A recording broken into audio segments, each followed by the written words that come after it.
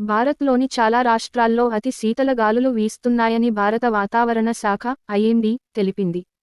పంజాబ్, హర్యానా, ఉత్తరప్రదేశ్లను దట్టమైన పొగమంచు కమ్ముకున్నట్లు వివరించింది.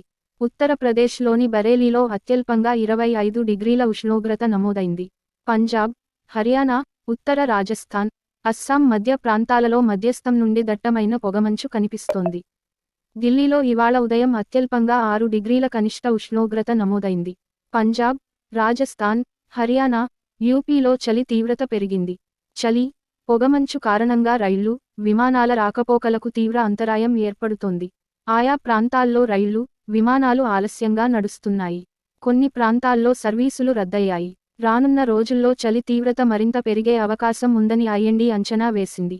ప్రజలు అప్రమత్తంగా ఉండాలని సూచించింది. కరోనా భయాలు పెరుగుతున్న వేళ లక్షణాలు కనిపిస్తే ఆరోగ్యంపై అలసత్వం ప్రదర్శించ